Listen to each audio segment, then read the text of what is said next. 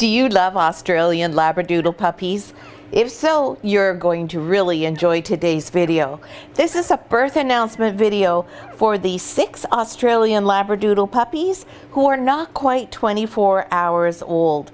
And in today's video, we're going to introduce you to each of the puppies individually, tell you about their color, their gender, their birth weight, and we're also going to tell you about the birthing process. Hi, I'm Claire from Van Isle Labradoodles, and these are the puppies from our Trailblazers litter with Mama Mandy and Papa Flynn. Now, these puppies were born on November the 5th, 2025, starting at 3:43 in the afternoon, and is now November the 6th, and it's about 1:30 in the afternoon, so they're not quite yet 24 hours old. And you can see Mama Mandy is a very relaxed girl. She has been a mom before. This is her second litter. And so she's familiar with the whole process of having babies. She's comfortable, she's relaxed. She knows that she can go ahead, lie down, catch up on her sleep, and that the babies are all totally fine and safe. When we have mama Labradoodles who have their first litter, generally they're a lot more vigilant. They tend to wrap themselves around the puppies. They don't want anybody near them, and they get really concerned if the puppies move or squeak. Once they've had a litter and they've become more familiar with things, they tend to relax the second time and feel like, okay, I've got this. I don't need to be so worried.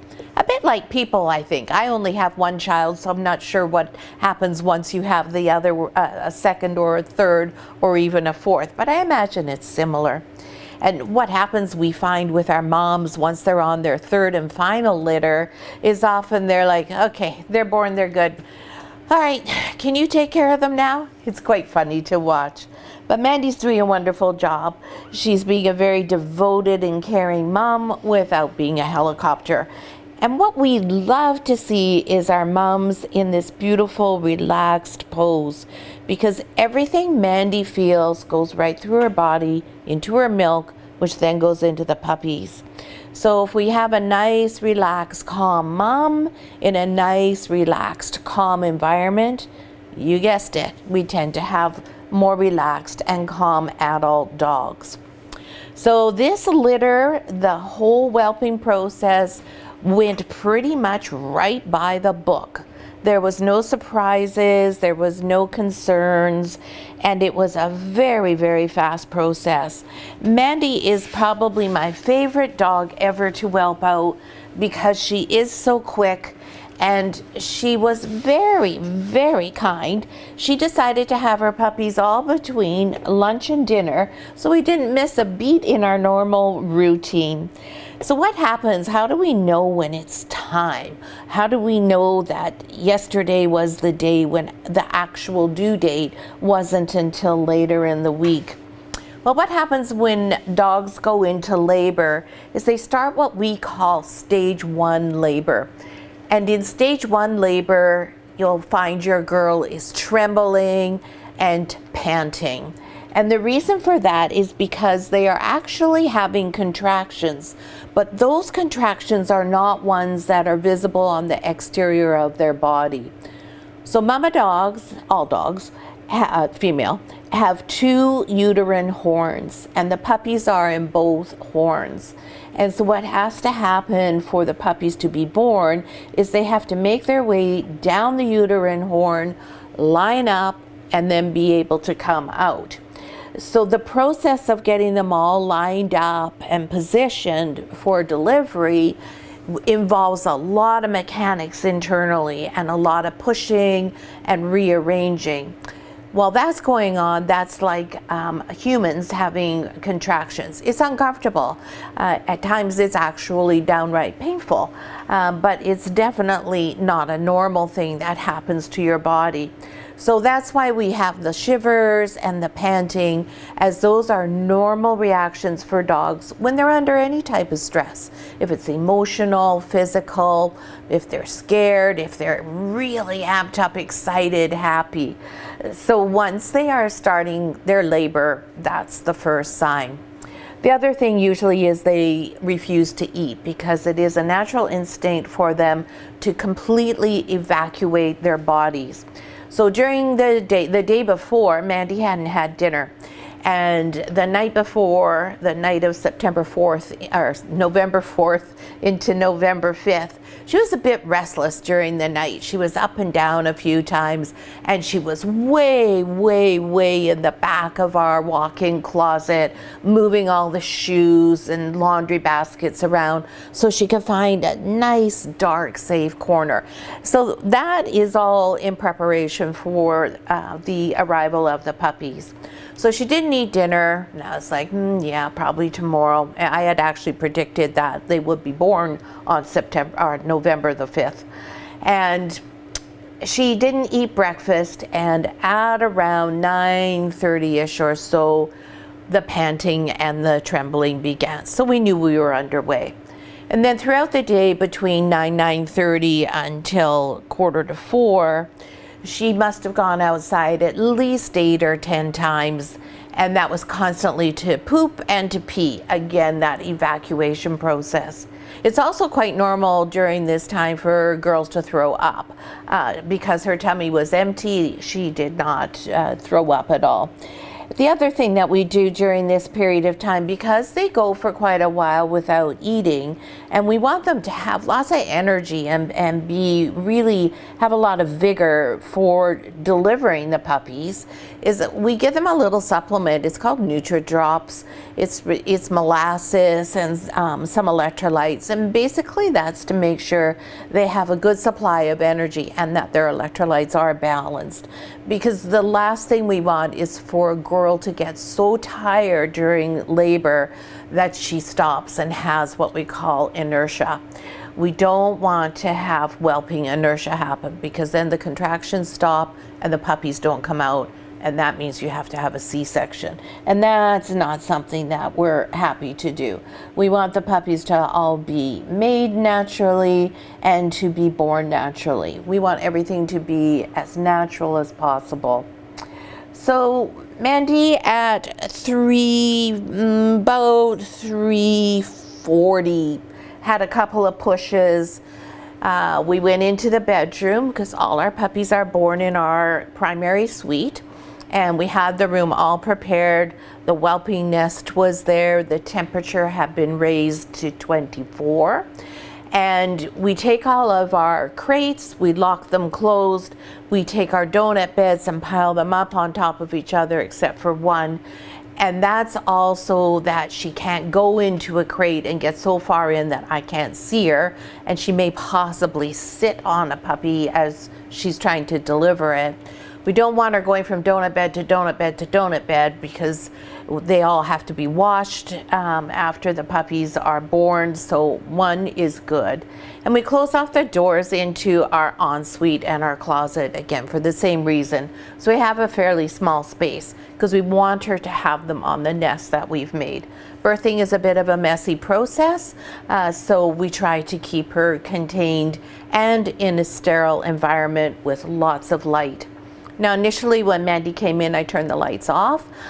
There is quite a bit of empirical evidence suggesting that dogs will whelp more easily and more quickly in a dark environment. And that's why so many times you hear that babies are born in the middle of the night, and so many breeders will say, oh, it was another nighttime delivery. So once we get to the point where moms are getting ready to have their puppies, we try to darken the environment to get things going. Because once a girl's in labor, your goal is for it to be over as quickly as possible. And that's for her health and the baby's health as well. We don't want them taking forever to be born. We don't want them to be stuck partway in the birth canal and any issues to form. So at 3:43, she was in one of the donut beds. She had the mat from it all over top of her, and she was underneath it, and puppy number 1 arrived. And there wasn't a peep.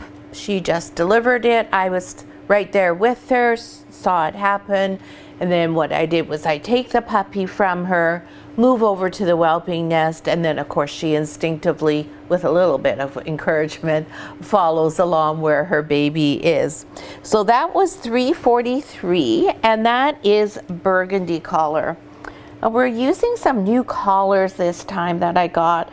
I'm not sure if I like them or not, so you'll see they're all a little bit different in terms of their size. Now, burgundy is attached right now, but I'm going to take her here. There we go, little girl. And this little beauty queen is going to be a red girl, and she's going to probably be just about the same color as her mama is. Now we may see that Mandy does not want me to hold the babies up in the air. This is pretty normal when they're very first born.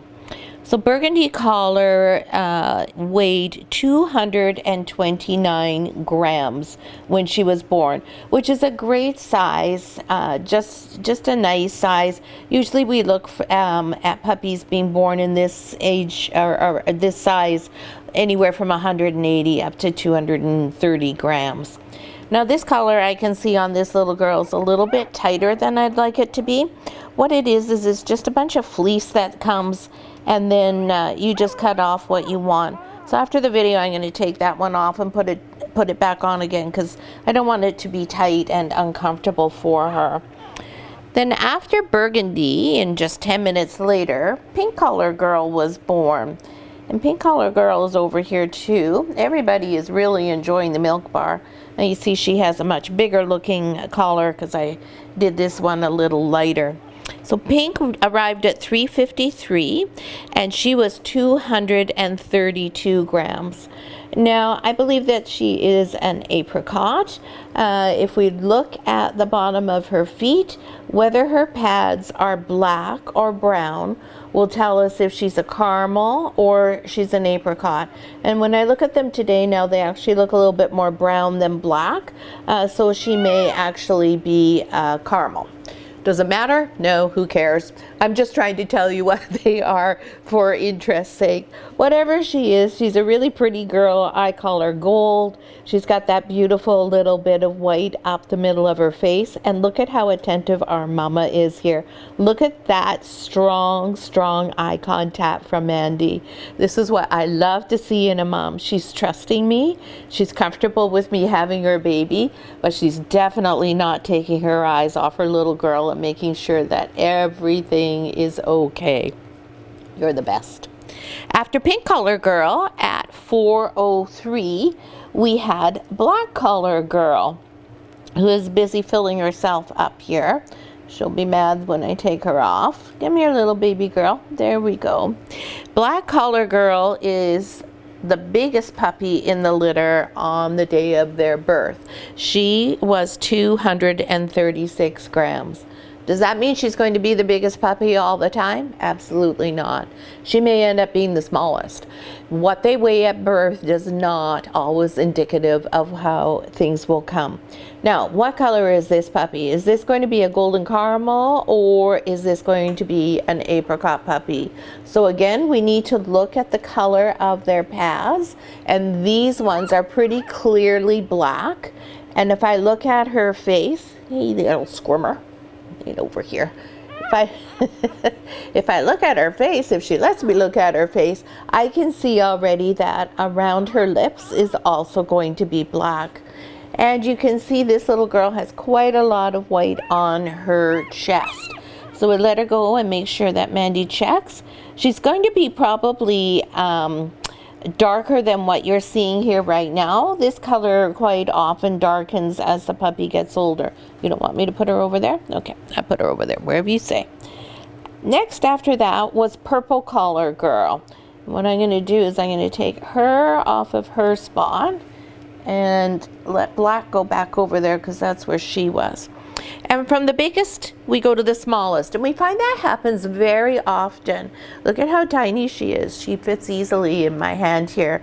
And this princess was born at 420 and weighed 180 grams.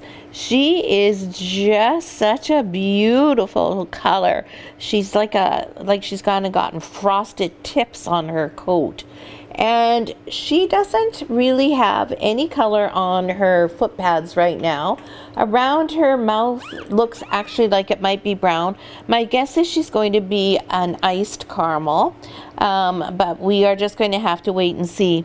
If you look at her here, you can see how there's darker color here and sort of almost more of a silvery, a platinum color here and a bronzy color here. It's just gorgeous. Probably this darker color is going to come in more and more over time so that she's more the shade that's on the top of her head there. So after Purple, who I'm going to put back and make sure she finds a spot at the milk bar. Now, do we help the puppies at the milk bar? Absolutely. And particularly if we notice that one is not getting a turn, or one is complaining, or one is not gaining as much weight, then we'll come in and make sure that they get their fair turn there. So after Purple is Red, who I just got out of there.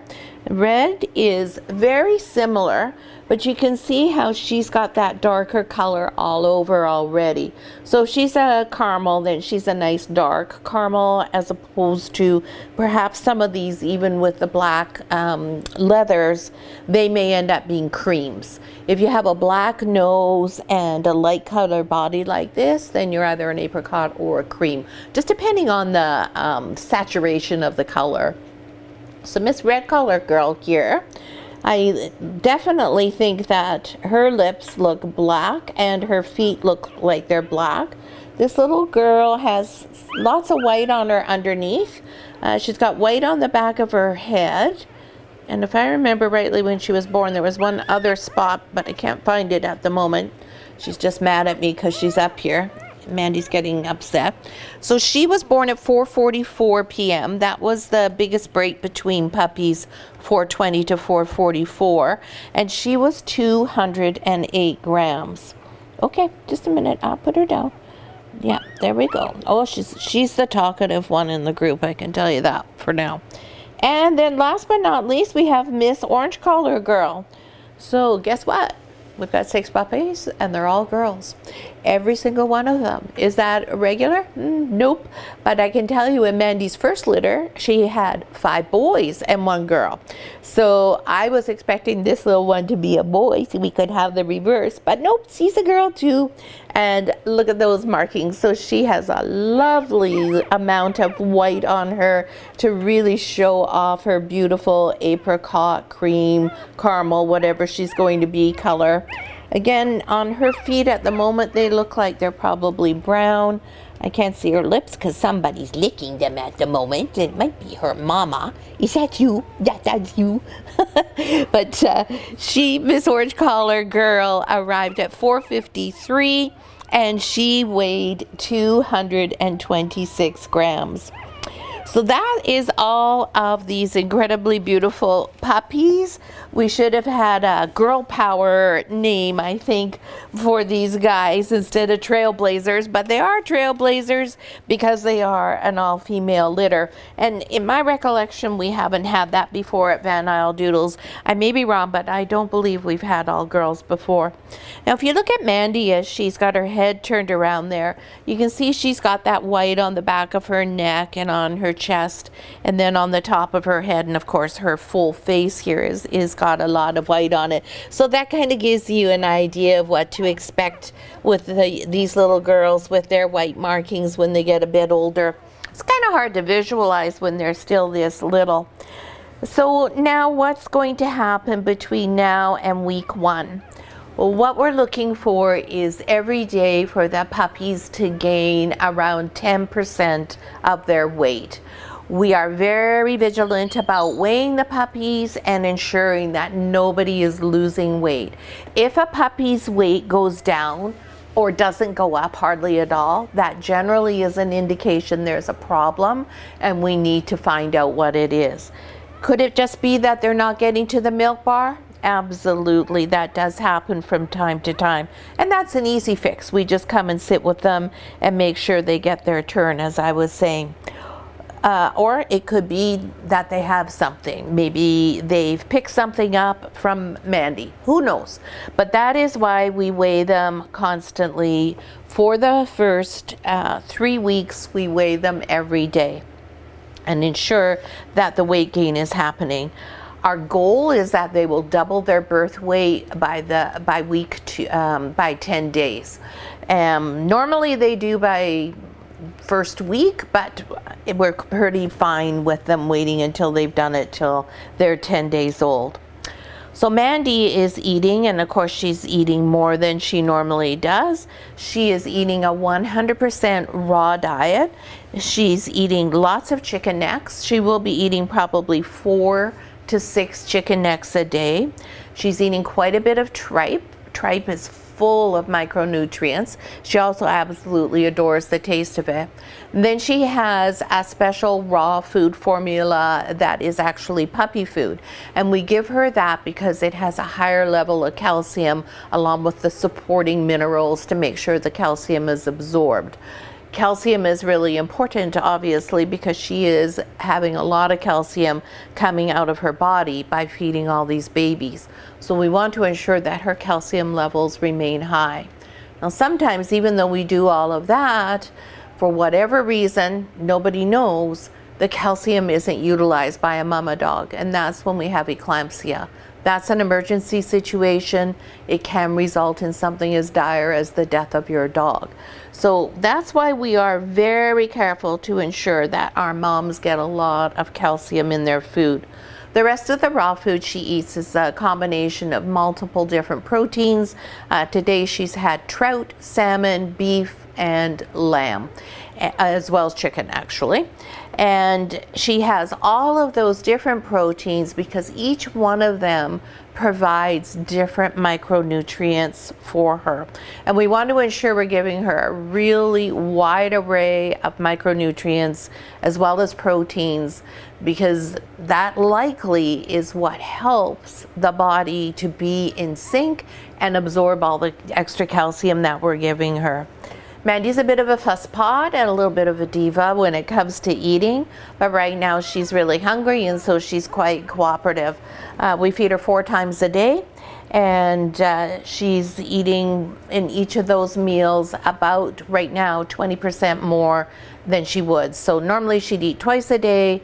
Instead she's eating 4 times a day, with each meal being 20% more than what she'd normally have. So quite a large increase in the amount of food that she's eating. So you can see the puppies are all over the place here. This one's poking her head out. That's Burgundy from the back. Purple's over here trying to find where the milk bar is. Orange is busy trying to get attached here and having a fight with Pink over a single spot at the milk bar. They're able to do both the top row and the bottom. They know how to go underneath. And you'll find that some of them are a lot smarter than the others at getting to the milk bar. Those ones will gain weight the most and most quickly because they just are more clever at working that out. Does that mean anything in the long run? No, not particularly. That just means that they have more of a skill set when it comes to getting themselves fed. So like I said, we make sure we help them. Burgundy was going the wrong way there, and so I'll just help her find a spot. Sometimes Mandy is a little over enthusiastic for cleaning them, and so then I will just do what I did there, where I'll put her head down and tell her she should take 5. And look at these two all curled up here. They're like little chipmunks. They're so cute.